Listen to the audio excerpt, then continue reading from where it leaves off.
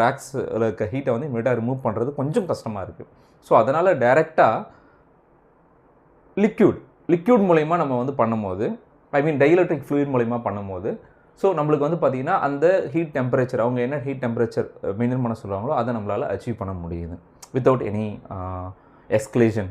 ஓகேவா, நம்மளால் ஹீட்டை வந்து மெயின்டைன் பண்ண முடியுது. ஸோ இந்த மாதிரி காரணத்துக்காக தான் லிக்விட் கூலிங் சிஸ்டம் வந்து உள்ளே வருது.